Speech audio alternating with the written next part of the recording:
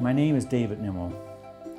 I was married to Lea Vogel for 37 years until her death in 2012 from liver cancer.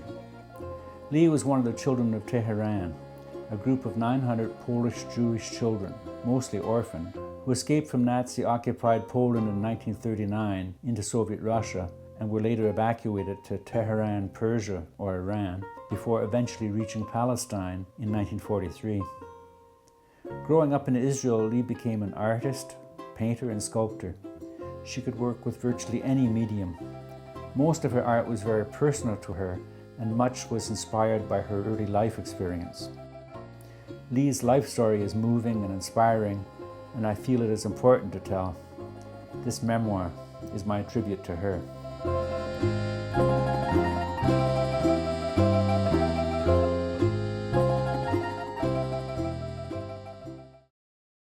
Lea was born in Rozniatov, Poland in 1937. Rozniatov is a very small community, only 2,000 Jews living in that particular village, and it's outside Stanislav, which is, I think, a larger community and better known. Her family consisted of her father, Lieb, who was a timber grader, and her mother, Malka, and an older daughter, older by, I think, 5 years, Ahuva, or Lucia. Lea's memories of her father are very few. She remembers that he used to take her on his shoulders to men's community meetings, is what she called it. The Jewish men in the community were meeting. Maybe it was going to synagogue, I don't know. Neither did she. Poland became the Soviet Socialist Republic of the Ukraine when Germany and Russia divided Poland into two, Germans taking Western Poland and the Russians taking Eastern Poland and calling it the Socialist Republic of the Ukraine. Things under the Russians apparently were not too bad. When the Nazis pushed the Russians out of the Ukraine in 1941, things became much worse, and Lea's father no longer took Lea to these meetings. He went on his own, and one day never returned. The Nazis rounded up all the Jewish men, and they were never heard of again. The mother fled into the forest with her two children, and finally made their way into Soviet Russia proper, where the mother had the unenviable decision to make of whether she was capable of caring for two daughters, one of whom was only 3 years old and sick. That was Lea, who turned out to be my wife, and she had tuberculosis and malaria, and the mother abandoned her in a field.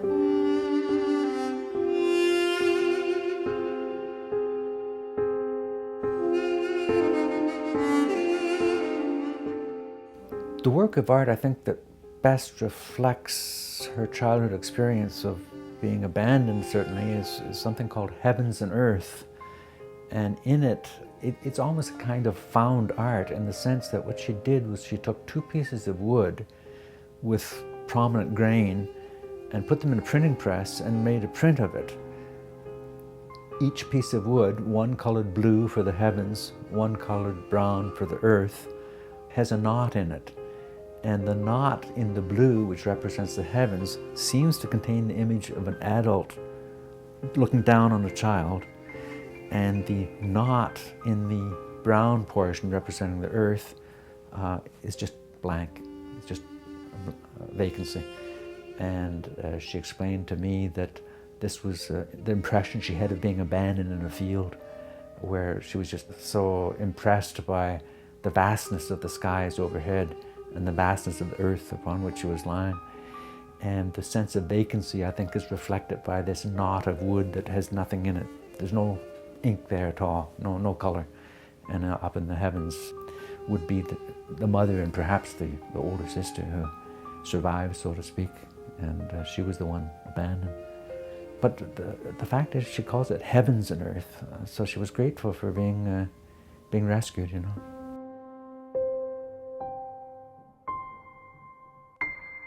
But I think the mother abandoned her and perhaps led to her rescue as well, because Lea says she wasn't in that field very long, that someone came along dressed in black and white, and she thought in later years that this was a nun, you know, took her to a place where she said other people were dressed the same in black and white, women only. So it sounds like a nun came and saved her, and indeed Malka, the mother, may well have been the one who beckoned assistance. Lea herself became one of the children rounded up by the Polish general Władysław Anders. He was an individual who was very influential. He was sitting at the table with Winston Churchill and Stalin, and he negotiated with Stalin to release over 100,000 Polish citizens from the internment camps in the Gulag in Siberia. He rounded up these Polish citizens, including 15,000 children, of whom 900 were Jewish, and took them on a long trek. This was by walking, by train, by boat, by barge, over rivers. They went east through Russia, south through Uzbekistan, and across the Caspian Sea. And finally he got them on a ship and took them into Persia. And that's why they became known as the Children of Tehran. Anders got them as far as Persia. Jewish agency went to Persia to enumerate them and make sure that they got properly transited through the British authorities in Palestine. She remembers what the children wore when they came into Palestine. They were wearing British Army pith helmets and military shorts. Adults' military shorts were wrapped around them like diapers, because the children, of course, some of the children, like Lea, were so small. That's what they were wearing.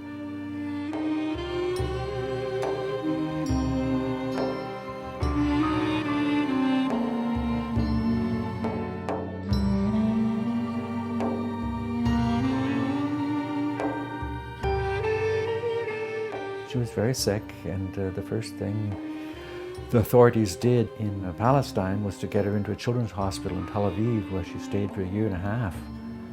So she was cured of her malaria and tuberculosis as well as could be. So they transferred her to a Mizrahi orphanage, a religious orphanage in Jerusalem. She recalls being given one piece of bread for the day in the orphanage, and the older boys trying to steal her bread from her. She would put it under her mattress and they would come and take it from her. So what she did was she approached the biggest boy and said that she would split her bread with him. Right now he was sort of sharing it with the gang and getting very little. She said, I'll give you 50% of my bread if you protect me against the other guys, and this way you will be the big man, you know. You will show you're really somebody. And he did. She was very, very self-reliant and very astute, really, even as a child. Living at the orphanage was a stroke of good fortune, I think, because when Lea was at the orphanage in school, they recognized that she had some artistic talent, so they allowed her to also study at Bezalel, the art college in Jerusalem, and that's where she started off her training as an artist.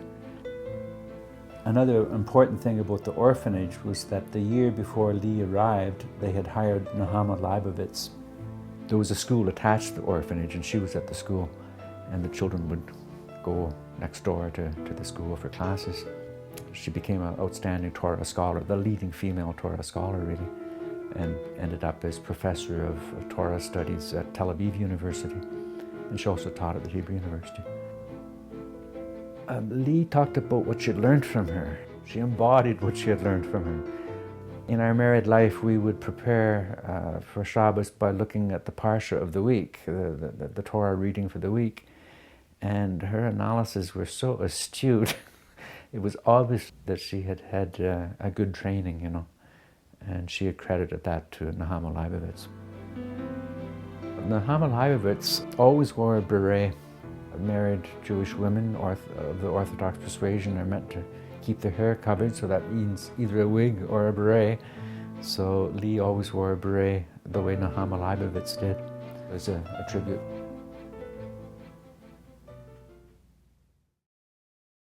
Lea, at 15, had been notified by the Jewish agency that they had found the mother and older sister in Soviet Russia, and would she assist them settling as new olim or immigrants to Israel, and she did that.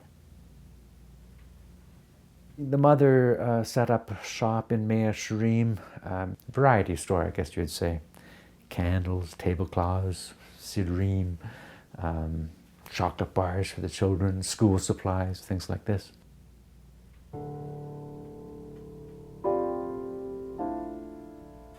As an adult, Lea, she created a work called Light from Darkness, and it's a rainbow in the sky, but the sky is black and the rainbow is dark as well, it's gray, so there's not much distinction.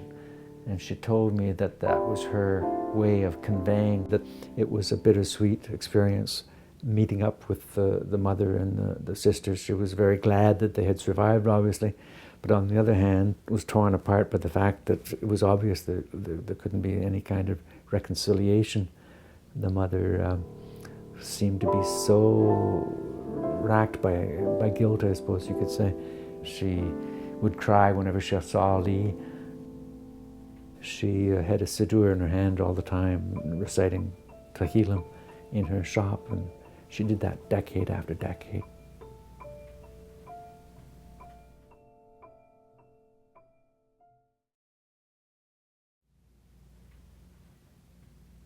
It was 1956 when Lea was inducted into the Israel Defense Forces. She remembers the induction ceremony which took place at Masada, where David Ben-Gurion spoke to the troops, and I know that speech really inspired her. She was the leader of her group of fellow female soldiers. And shortly afterwards, she was injured severely in a serious Jeep accident and lost a good portion of one breast. And as a result of that, the army asked her, "How are you going to finish your tour of duty?"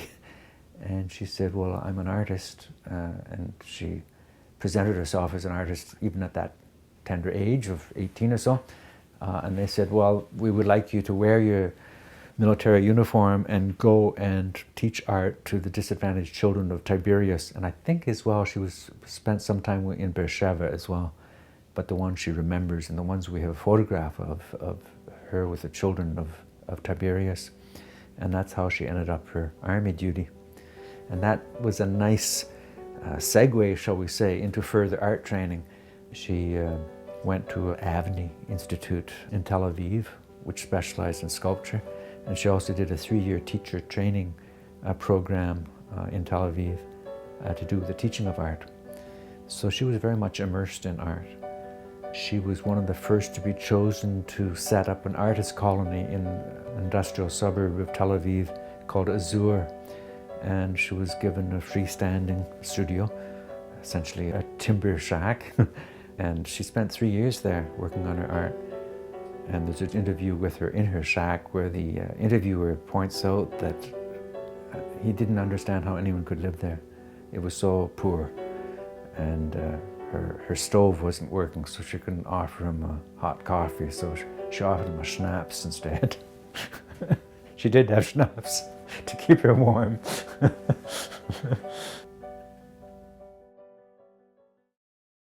When we look at Lea's art that she did in Israel, they tend to be bronze sculptures, and they have titles like The Seraph of Aggression,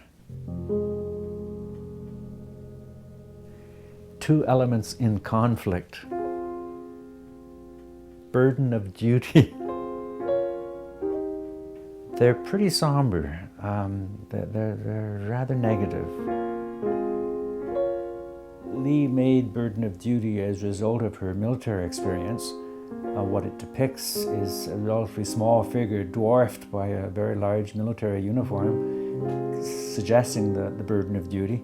But as well, the military pockets can also be seen as slashed breasts. and that would be as a result of her injury in the military. I consider this to be Lea's signature piece, and indeed on the back of it she left an impression of her signature in bronze.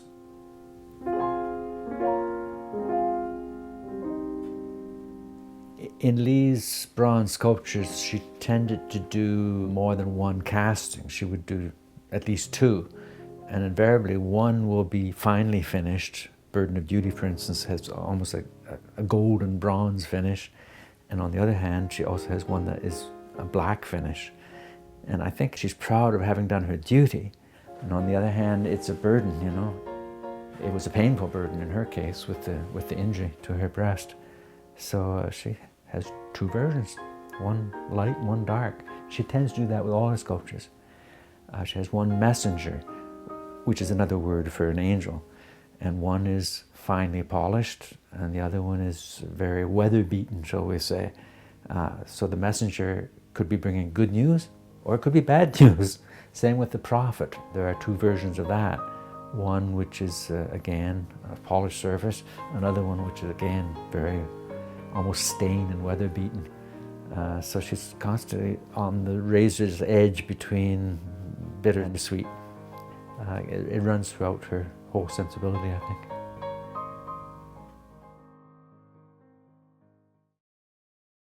Lea started getting a reputation. All of her exhibits were covered by the newspapers, often with pictures of her and sculptures of hers. Jerusalem Post and Haaretz, the Hebrew newspaper. I think the thing that struck the critics was, A, she was very small, and her original works were very small. I mean, some of them are 2 inches high, and yet they were deemed worthy of inclusion, photographs of them in these newspapers. And they were talking about how the fact that her works are really quite small, but they give it a monumental sense. When she photographed her own work, she tended to take an angle from low down up, so that some of the sculptures, which are only about 20 inches high, she has them outside her studio in Azur, outside Tel Aviv, and they look as big as the studio. They look like 8-10 feet high. And they give that impression. Burden of Duty is very powerful work. Seraph of Aggression, very powerful, but they're 20 inches high. She seemed to be in the public eye, even in her early 20s. One of the works that drew attention from the press in Israel when she did it, she entered a competition to make a trophy, a sporting trophy, of a football trophy. And she won the competition, and you know, in Canada we have the Grey Cup. Oh, this was sort of the equivalent, the Rami Loof trophy it was called. And it depicts footballers with a football. Very powerful image. Not that she had any interest in football whatsoever, but she sure knew the musculature, shall we say, of the human body, and that's very evident in that particular work, which is, again, very powerful. Small, but powerful.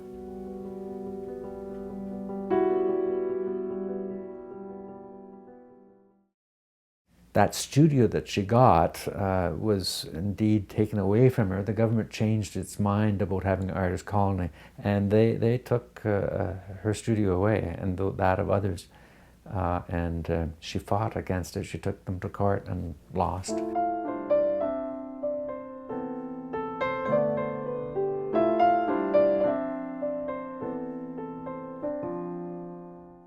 She was interviewed by the Jerusalem Post at the time, and she was saying, they've taken my voice away. If I can't practice my art, they've taken my voice away. And lo and behold, she wins Israel Cultural Foundation traveling scholarship, which allowed her to do her own studio work wherever she chose to go. So she chose to go to Florence, and she was there during the flood.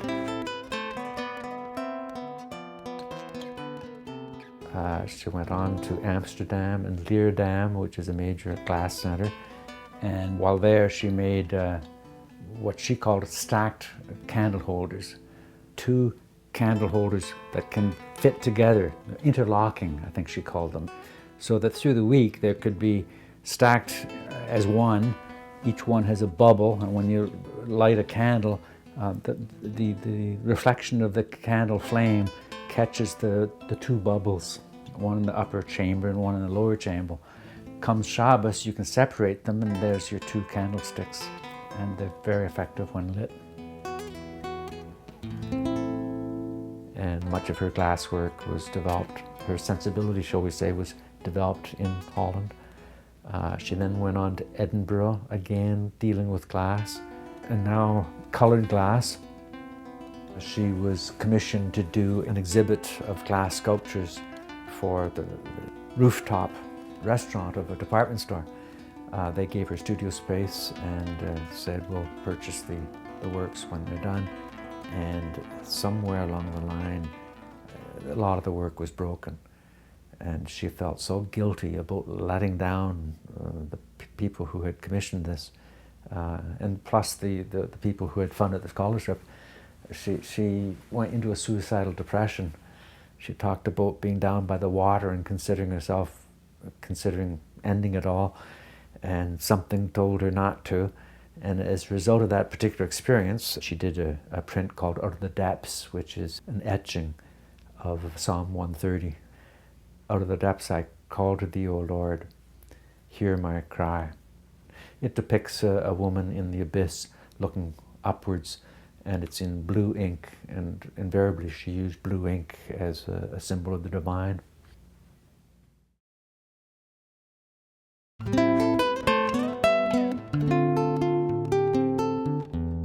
I remember the first time I met Lea Vogel. It was in London, England in the late 60s. I was doing a PhD in English literature there, and I recall signing up for a camera course, a black and white photography course at the Hampstead Community Centre. And when there, I met a Jewish fellow who had said that he knew someone who knew all about black and white photography, and he invited me back to his place, and then he called this woman who turned out to be Lea Vogel. And I was struck by her immediately. She showed me Burden of Duty, and she admitted that she had lost a breast in the Sinai campaign of 1956 when she was in the Israel Defense Forces. And I was so impressed by her forthrightness, but also the fact that she created something, to me, beautiful out of personal pain. And I think that sort of crystallized my perception of her, quite frankly, that particular work of art. Plus, she was beautiful. So that was the beginning of a relationship. And within 2 weeks, I had proposed marriage to her. I was in a rush because I had accepted a 3-year teaching contract at the University of West Indies in Kingston, Jamaica. And I thought it would be neat if this new friend of mine came with me. And she was adamant that this was not on. A, she had no interest in going to Jamaica, and B, the issue of marriage was a moot point because I wasn't Jewish, and she was Jewish and of the Orthodox persuasion. So I went off to Kingston, Jamaica by myself, and she kept in contact with me through the mails. And every week she would send a pamphlet, one on tefillin, one on tzitzit, one on family purity. So I started getting heavier and heavier, and suggesting that she was interested in me as a potential husband, obviously if I would convert to Judaism. Then in 1973, Lea came to stay with me in Jamaica for 3 months, which was the longest she could stay. And while there, found a way to continue with her art. Lea really was focusing on ceramics because that's what was available. And she would make Seder plates and challah boards. But that's really what she was doing in Jamaica, was ceramics. Lea indeed discovered that there was very limited possibilities for doing further artwork in Jamaica. There, of course, Jamaica, a relatively new nation, was pushing West Indian art, as they should have. And she sensed that anything she did would be distinctly Jewish and very much minority in that particular country. So she wanted to get back to the big city, shall we say.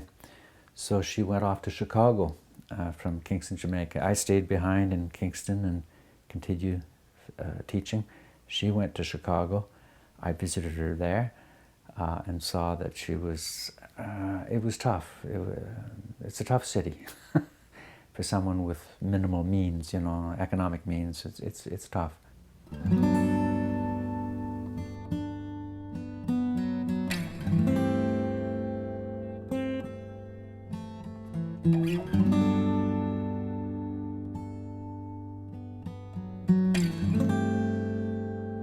In Chicago, Lea turned to painting. I think she started portrait painting there. The one that she hung in the house was The Jewish Girl Next Door, which I think is a fine portrait. She was a middle-class Jewish girl, young woman, who had a part-time job as a secretary, and you can't live in Chicago on a part-time job. So she was a streetwalker. She was a prostitute. And Lea was friendly with her, not judgmental, understanding and open. She overlooked the occupation and looked at the person and thought that this person was worth being friends with, you know. The sensibility in that painting, to me, it's very modern, very, very Chicago, very colorful. Her other work from Chicago is Lakeshore Drive, and there you have a sense of speed. It's a very abstract etching, multicolored, and you can see the green lawn, impression of a green lawn, but horizontal lines moving from right to left or left to right, and just giving the sense of speed of driving, maybe in a cab, by the lakeshore in Chicago.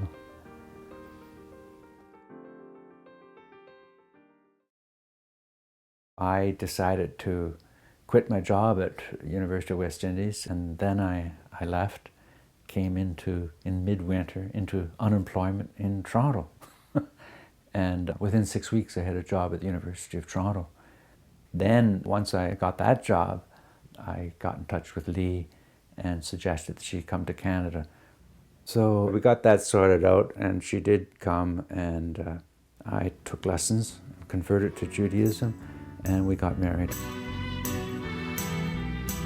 It was sort of a low-tech wedding ceremony, shall we say. When we got married, it was really her first, she was age 37 at the time. This was the first time really Lea had a home of her own, so she was very happy.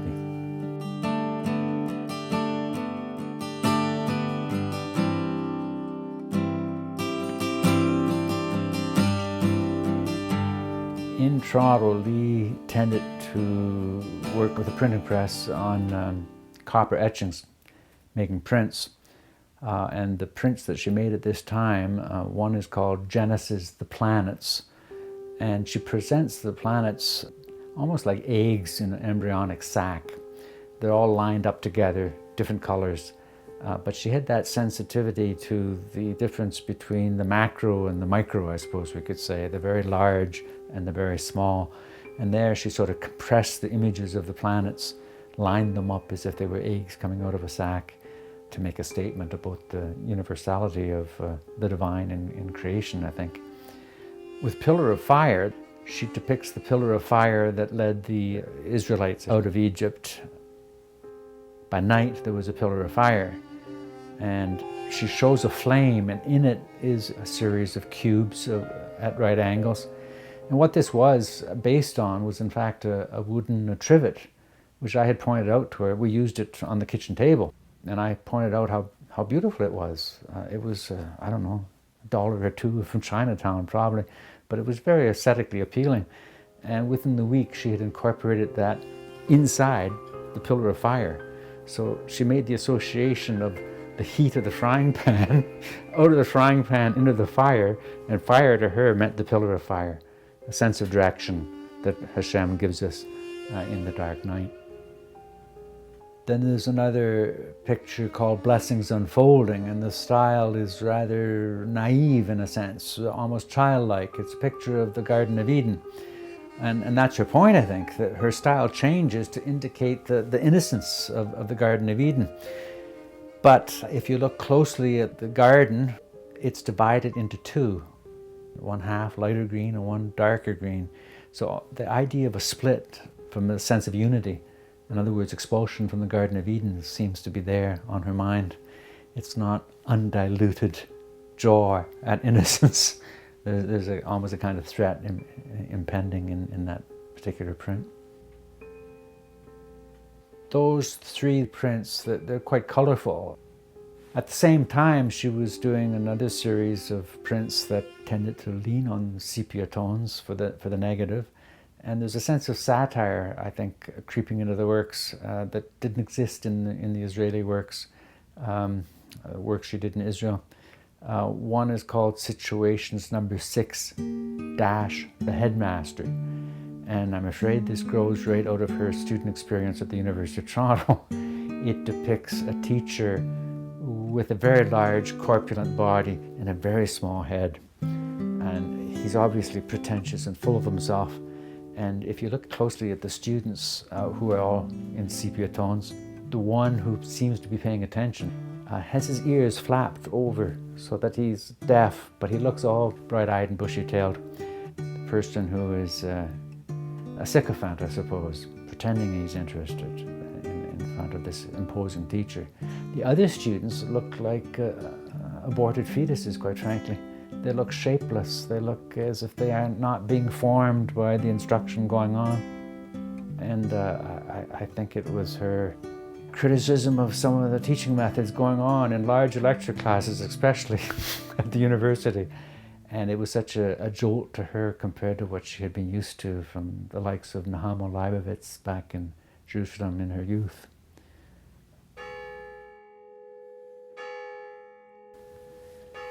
There's also a picture of the Church of the Assumption. Lea used to come with me on conferences. I traveled across the country on conferences.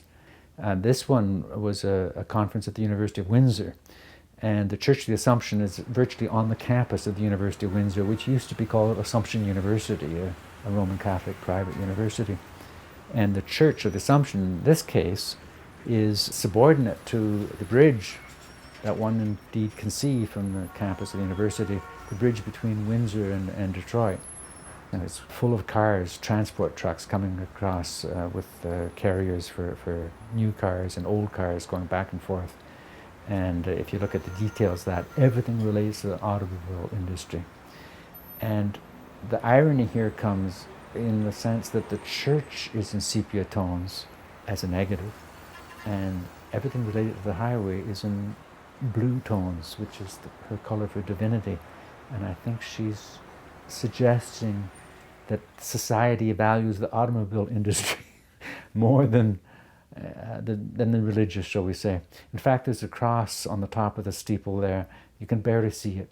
It just disappears into the whiteness of the sky. A kind of social criticism started to creep into her work, I think, both in the Headmaster and also in the Church of the Assumption. Another work that Lea did in Toronto, which sort of stands on its own really, is a candle holder called Shabbos. And what it reflects is the days of the week. It's made of 6 iron rods and then a candle holder. And the iron rods are structured in such a way as to be leaning. For instance, if we start with Sunday as the first day of the week, it's leaning backwards towards the previous day, towards the Sabbath, in other words, yearning for the previous day. The iron rods representing Monday and Tuesday are twisted, bent out of shape, the way it feels like when we go back to work on Monday and Tuesday. Wednesday is a vertical rod, as if we have to gird our loins to get through the week. And then Thursday and Friday are leaning towards the coming Shabbos. Friday particularly, it leans so severely towards the seventh entity, which is in fact a lit candle representing the Sabbath, that it catches the light of the candle and is reflected. So it suggests a yearning for the peace that comes with the Sabbath.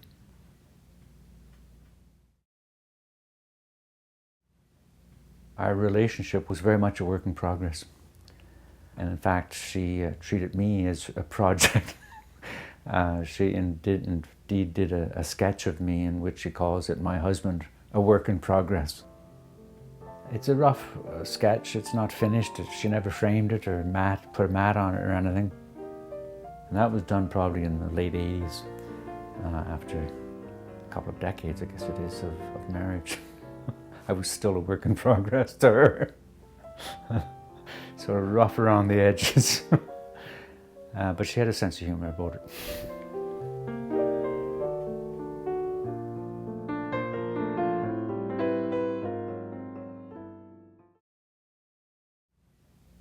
In 1991, Lee found a lump in her own breast, and she went for a mammogram, and indeed it tested positive, and she had breast cancer, she was told. So it involved, obviously, as it does with anyone, a series of treatments, and fought that for a number of years. Nevertheless, during this time, she continued to work on her art, and the last two pieces of art that Lee did are Highway North and The Power Within. They both make use of blue, the color she associates with the divine, and with a sense of uplift. With Highway North, this too is a result of her coming on a conference with me, a conference at the University of Alberta, and we then went on over the Rockies to Vancouver, and she, in this Highway North, depicts a view from an airplane, out the window of an airplane.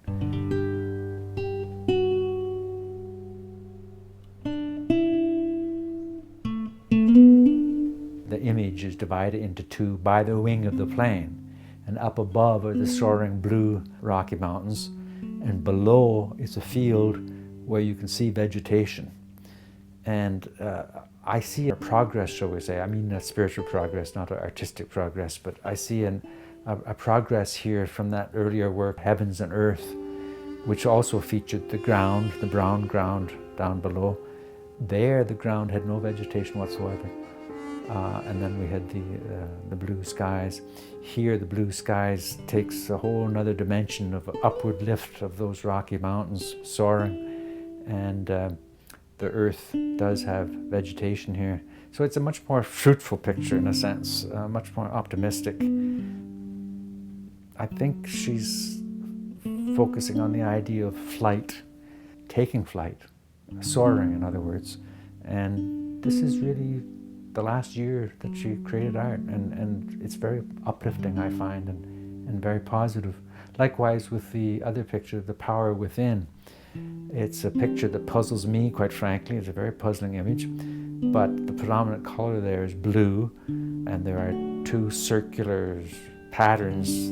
Various interpretations are possible, but they're obviously a source of power, and that seems to be where she decided to put an end to their career. It's as if this is as far as I can go. There were so many interruptions with medical appointments of a variety of types that she just didn't have the concentration, I would say, for art. What she did do, though, is to retool herself, so to speak. She was always interested in science and mathematics, and always felt that she should have been a scientist, quite frankly. Well, that wasn't in the cards. But she applied her mathematical skills to learn day trading on the stock market. She had a computer, and that's all she needed, she said. She was able to get training by video cassettes and DVDs and over the internet. But she decided to try to earn some money for the first time in her life. Art involved expenditures as much as anything else, and I'm glad to say she was quite successful. In 2008, Lea was experiencing pain in her rib cage, and they discovered she had bone cancer, and she had several fractures of her bones. Things started just breaking at the slightest little jolt, shall we say. And with medication, that was able to be stabilized, I would call it. Not cured, but stabilized.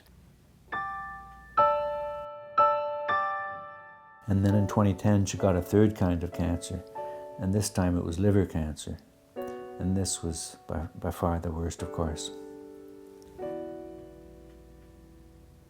Lea was intellectually alert virtually up to the end of her life. Then just before she was being moved into the hospice, and she only spent one day in the hospice at Sunnybrook before she passed away, she suddenly, I was in the room at the time, but she turned to the nurse and said, "I'm a good girl." And I saw that as a very simple assertion, sort of an assessment of her own life. My mind immediately went to the photograph that we have of her as a child, and that photograph was taken at the time where she was being admitted to the orphanage. So it sort of came full circle in my mind. I think of that image of blessings unfolding, which is rather a naive painting of the Garden of Eden, is rather childlike, and here she was, sort of putting herself back into childhood. And she also said to the nurse, "He makes me so mad, but he's the only one who stood by me all these years."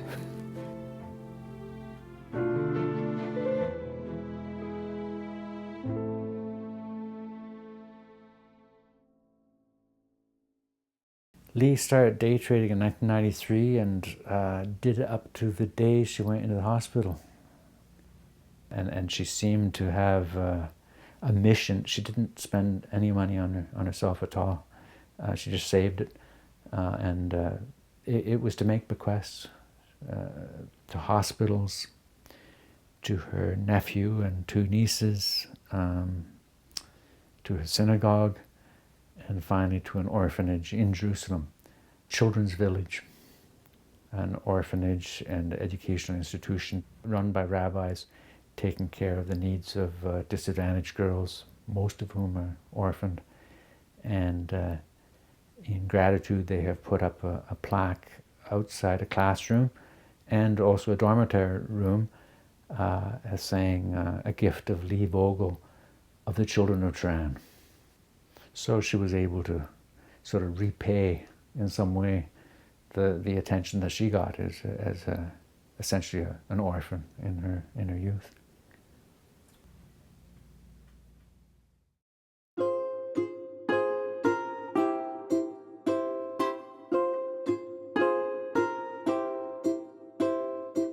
Lea inspired me, and also she kept my nose to the grindstone, quite frankly.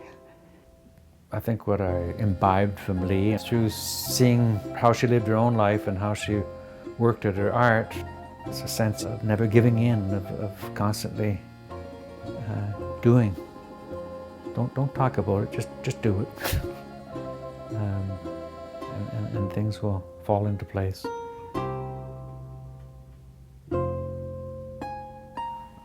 I would say that the images of her work in the various media can be a source of inspiration to other people. So often in her life things look pretty bleak, and then something would come along to rebound from a low point in her life. The American poet Wallace Stevens said that what was the motivation behind art was a blessed rage for order. I like that phrase, a blessed rage for order. So much of her life was, certainly the early life, was a case of turmoil, and you see those phrases in the titles of her work: conflict, aggression, tension. But she did have this blessed rage for order. The sense of striving for the divine comes throughout her life work, and there's that sense of overcoming the negative, I think, which is a tribute really to how strong and remarkable she was.